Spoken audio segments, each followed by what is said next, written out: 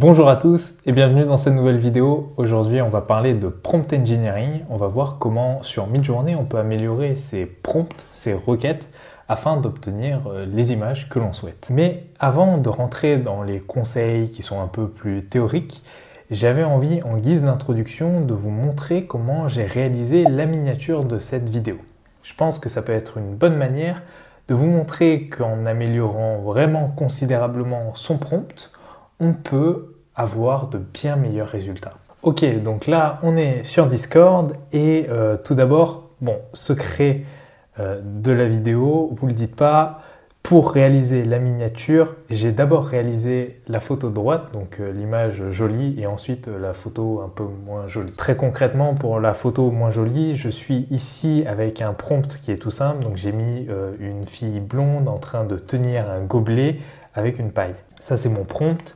Et à noter, ici, je suis en version V4, donc la version par défaut. Si vous ne voyez pas ce que c'est que les versions V4, V5, etc., et les paramètres de manière générale, je vous invite à aller voir ma vidéo sur les paramètres. C'est vraiment quelque chose de fondamental pour s'améliorer sur Midjourney. Et donc ici, comme sur la version V4, on a vraiment une forte influence du style de Midjourney, on se retrouve avec une image qui ressemble beaucoup plus à une illustration qu'à une photo. Néanmoins, voici le vrai prompt, le premier prompt que j'ai utilisé avant de réaliser mon image. Donc c'est exactement le même prompt, sauf que là en fait j'ai commencé directement en version V5 car mon objectif était d'avoir une image qui ressemblait à une photographie. Pourquoi c'était mon objectif? Simplement parce que j'avais vu une image de référence, c'est un exercice que je fais beaucoup. Je vais aller regarder des photos sur Pinterest que j'aime bien et j'essaie de reproduire le style. Le but, c'est pas de reproduire l'image, le but, c'est souvent de reproduire la composition, le style de l'image, essayer de m'en rapprocher. Donc là, j'ai commencé avec un prompt simple. Vous voyez, c'est pas extraordinaire. Il y a encore plein de défauts. Là, on en voit un sur le nez. Là, la paille, elle est vraiment bizarre. Là, les mains aussi sont un peu bizarres sur celle-ci. Donc, c'est pas mal, mais c'est pas terrible. L'idée avec ce premier prompt, c'est de voir comment Midjourney allait travailler, voir ce qu'il allait me proposer avec un prompt le plus simple possible. Le deuxième point que j'ai essayé de faire, c'était de mettre le nom du magazine, dire que c'est une image pour un magazine. Donc ça va donner déjà un côté beaucoup plus mode, vu que Vogue, c'est un magazine de mode. Et en l'occurrence, mon image de référence avait été publiée dans Vogue pour adolescents. Et donc du coup, je me suis dit, je vais reprendre exactement ce magazine-là et voir ce que ça me donne. Et j'ai rajouté en tête de ce prompt Cinematic Shot pour donner un look plus cinématique à mon image. Je crois que cinématique, ça se dit pas en français, c'est plutôt cinématographique à mon image. Et je voulais voir un petit peu ce que ça donne. C'est une combinaison qui marche assez bien généralement. Donc le format plus une référence comme un magazine ou un film ou un artiste, etc. Souvent c'est quelque chose qui va avoir une grosse influence sur mon image et en l'occurrence j'avais déjà des résultats qui étaient très intéressants, je trouve, beaucoup mieux que les premiers résultats.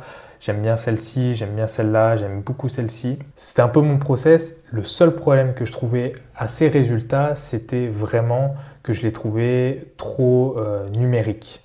Et moi, mon image de référence, c'était une image avec un look beaucoup plus vintage, beaucoup plus argentique, ce qui est très à la mode en ce moment. Donc je continue. Souvent, je vais changer un ou deux détails pour voir un petit peu ce que Midjourney me fait. Là, en l'occurrence, juste après, j'ai changé les fautes d'orthographe et les fautes grammaticales dans ma phrase, donc rien d'hyper intéressant. Je continue un petit peu plus et donc pour arriver à ce style plus argentique, plus vintage, j'ai rajouté une combinaison qui s'appelle, j'ai rajouté un petit bout de phrase où je dis que je veux une photo qui a été prise avec un appareil photo jetable. Ça marche assez bien si vous voulez un peu ce style un peu plus vintage avec des couleurs un peu plus vives, un peu plus, vous voyez un peu cette lumière qui est un peu crue ou avec des ombres assez contrastées.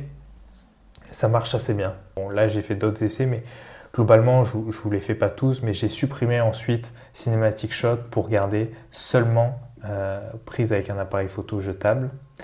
Et pour coller un petit peu plus à mon image de référence, j'ai essayé de décrire les habits que porte la jeune fille. Et vous verrez que j'ai fait une petite faute d'orthographe, d'où le fait que c'est pas un t-shirt noir qu'elle porte, mais un t-shirt rouge. Bref. Là, j'ai utilisé une petite technique dont on va parler juste après, qui est en fait, j'ai pris mon image de référence et j'ai utilisé la fonction describe. Donc quand on fait describe, donc /describe, vous pouvez importer ou glisser, déposer une image. Et donc là, ce que j'avais fait du coup, c'est que j'avais glissé, déposé mon image de référence de Jennifer Lawrence. Et vous allez voir, quand vous faites ça, il va vous donner quelques idées de prompts, ou en tout cas des prompts que lui, il utiliserait pour obtenir ce résultat. Ce que j'aime bien ici, c'est pas d'utiliser les prompts qu'il me propose, parce que souvent, vous le verrez tout à l'heure, les prompts sont assez décevants en réalité. En revanche, ce que j'aime bien, c'est trouver des mots auxquels j'aurais pas pensé, qui vont venir m'aider pour les placer dans mon prompt que je suis en train de réaliser. Et donc là, il m'avait donné 2-3 mots intéressants, 2-3 morceaux intéressants. J'avais notamment repéré le Woman in Black, qui était mieux, je trouvais, que She's Wearing a Bleak, du coup, au lieu de Black, Sweater. Je trouvais beaucoup plus simple, beaucoup plus compréhensible en fait, juste de dire qu'elle était en noir. Et j'avais récupéré aussi, vous allez voir, ces termes-là qui m'avaient été proposés. Je ne sais pas, je n'ai pas regardé tout à l'heure, mais en tout cas, la première fois que je l'avais fait, il m'avait proposé Useful Energy et je trouvais ça vraiment bien. Il y avait autre chose que j'avais trouvé bien. J'avais testé Celebrity Photography.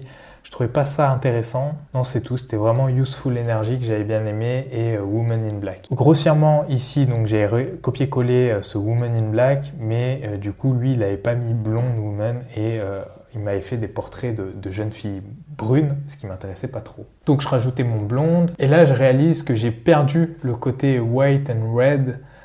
J'ai perdu l'aspect rouge que je trouvais vraiment bien sur les filles blondes.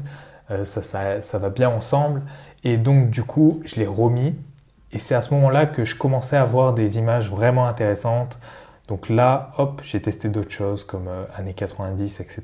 pour tester, mais c'était pas vraiment ce que je voulais. Voilà. Ici, à ce moment-là, je savais que j'avais un truc qui était vraiment pas mal. En tout cas, dans la composition, c'est ce que je recherchais. Donc, j'ai à la fois ma composition avec une fille en noir, je pense notamment à celle-ci, et j'ai ce côté rouge qu'on retrouve, pas de partout, mais vraiment sur le soda. Ok. Il y a 2-3 trucs que je rajoute. J'ai rajouté du grain, film grain et soft light pour avoir une image un petit peu plus douce dans la lumière et un peu plus de grain dans l'image. Je continue. Et en fait, en faisant mes différents tests, je réalise que moi, l'image que je préférais, c'était celle-ci. C'était la génération que je vous ai montrée juste avant, celle-là. Bien que j'aime beaucoup celle-ci aussi. Et là, vous allez voir aussi dans celle-ci, justement, j'ai rajouté le nom d'un photographe que j'ai trouvé sur Vogue. Et en prenant ce prompt, du coup, que je trouve intéressant et celui-ci, que je trouvais être l'image qui me paraissait la plus réussie, ce que je vais faire, c'est que je vais utiliser la fonctionnalité seed. La fonctionnalité seed, comment on l'utilise? Tout d'abord, ce que vous allez faire, c'est que vous allez ajouter une réaction et vous allez choisir l'enveloppe. Ce que j'ai fait là. Quand vous faites ça, je vais le faire pour une autre. Hop, pour celle-ci par exemple.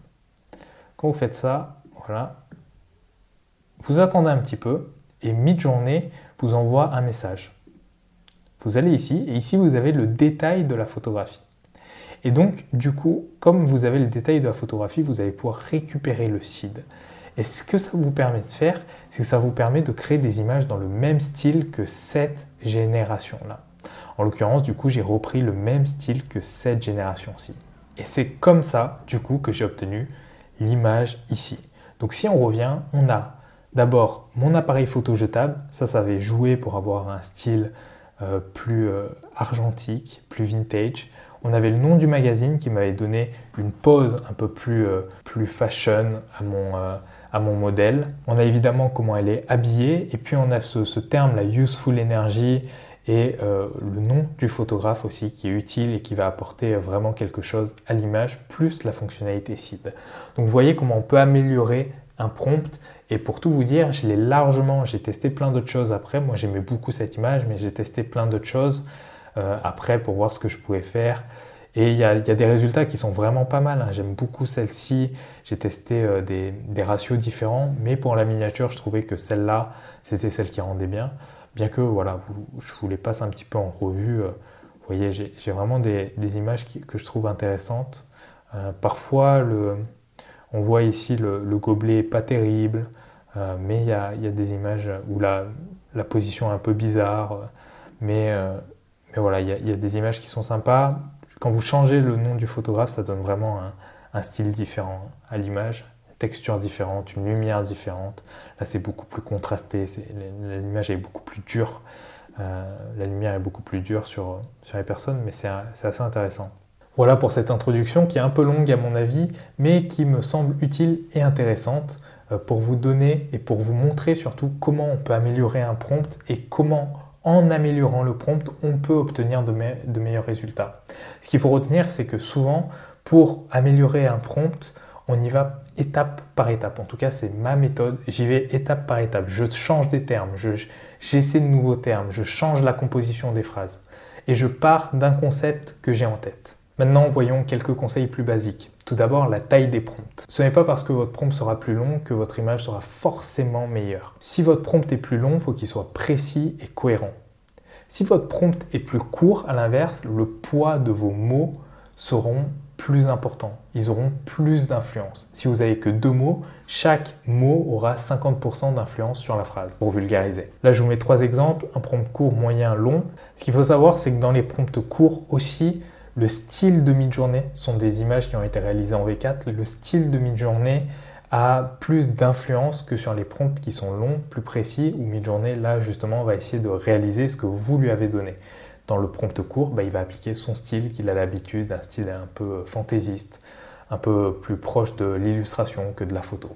Concernant la grammaire et la syntaxe, quand vous êtes en V4, Midjourney comprend très mal, enfin il comprend, mais il ne fait pas attention à la grammaire. Ce qui lui intéresse, ce sont les mots, ce sont les concepts. En V5, il comprend bien la langue, il comprend même les phrases.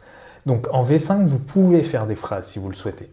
Je vous mets un exemple ici avec Daenerys de Game of Thrones, où j'ai justement dans le prompt essayé de faire des phrases. En V4, il ne comprend rien du tout, ça donne une image qui n'est pas satisfaisante.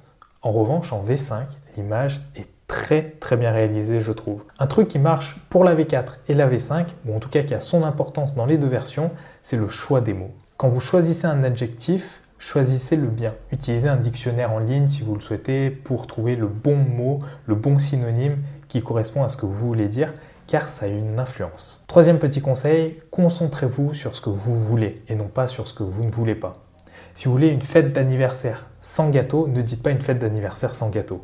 Dites plutôt ce que vous voulez. Dites que vous voulez une fête d'anniversaire avec beaucoup de monde en train de jouer, en train de discuter, qui se passe en extérieur, dans un joli jardin et avec des enfants heureux et un château. Ne dites pas une fête d'anniversaire sans gâteau. Pourquoi? Parce qu'il va voir le mot gâteau et il va vous mettre un gâteau. Quatrièmement, quelques détails importants que je vous invite à mettre dans vos prompts. Moi, dans mon process, j'essaie généralement de les mettre. Je ne les mets pas tous, pas tout le temps, mais j'essaie généralement de les mettre et ce sont les éléments suivants. Les 4 premiers me semblent très importants. Le sujet, le média, l'environnement, la lumière. Le sujet, c'est est-ce une personne, un personnage, un lieu, un objet? Quel est votre sujet? Et vous allez le décrire plus en détail. Le deuxième point, c'est le média. Est-ce que vous voulez une photo, une couverture de magazine? Est-ce que vous voulez une peinture, une illustration? Le troisième point, c'est l'environnement. Où est-ce que votre sujet se situe? Est-ce que c'est dans un studio? Est-ce que c'est en intérieur? Est-ce que c'est en extérieur? Est-ce que c'est dans le monde de Narnia? Est-ce que c'est sur Minecraft? Décrivez l'environnement. Le quatrième point, qui est très important, c'est la lumière. Qu'est-ce que vous voulez comme lumière? Est-ce que vous voulez une lumière douce? Est-ce que vous voulez une lumière vive? Est-ce que vous voulez une lumière dure? Est-ce que vous voulez une lumière studio? Est-ce que vous voulez une lumière matinale? Est-ce que vous voulez une lumière de coucher de soleil? Etc. Ensuite, vous pouvez ajouter des éléments concernant la couleur. Si vous voulez par exemple un gobelet rouge, vous pouvez ajouter des éléments concernant l'ambiance, l'énergie, useful energy qu'on a émis dans notre miniature. Vous pouvez aussi ajouter évidemment des éléments concernant la composition, si vous êtes à l'aise avec tous ces termes, plongée, contre-plongée, grand angle, close-up, etc. Utilisez-les, ça va vous servir, ça va vous permettre d'améliorer vos compositions.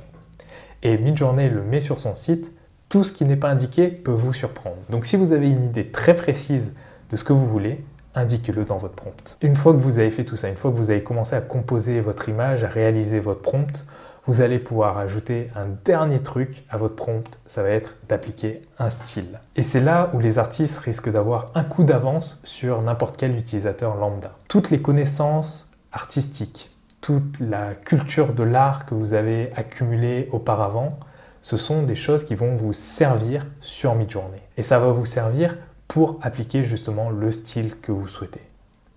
Pourquoi ? Parce que pour indiquer le style que vous souhaitez, il faut indiquer à Midjourney un maximum de références pour qu'il essaie de construire l'image que vous avez en tête. Je vais vous mettre quelques exemples, vous allez comprendre. Tout d'abord, vous pouvez appliquer le style des grands peintres, des grands maîtres. Typiquement le style de Van Gogh, le style de Munch, le style de Botticelli. Ensuite, vous pouvez appliquer aussi le style d'une pellicule argentique. Ici, j'en ai mis 3 qui sont très connus sur Midjourney. Ensuite, vous pouvez appliquer le style d'un film.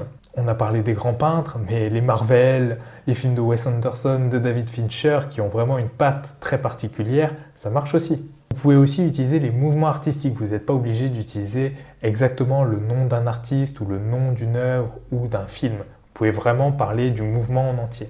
Des styles, il y en a plein de possibles et c'est là où c'est intéressant de commencer à se construire une vraie base de données, une vraie base de connaissances pour justement pouvoir utiliser ces connaissances dans vos prompts, améliorer vos prompts, améliorer vos images. Je vous ai mis quelques autres styles que je trouve amusants, quelques autres styles de photos, d'images que vous pouvez appliquer dans vos prompts. Je vous laisse les regarder, prendre une photo, un screenshot et tester chez vous avec d'autres sujets. Vous verrez, c'est assez marrant, ça marche assez bien et il y a plein de possibilités à faire. J'en ai oublié plein, évidemment, mais c'est là où vous pouvez utiliser votre créativité et vous amuser.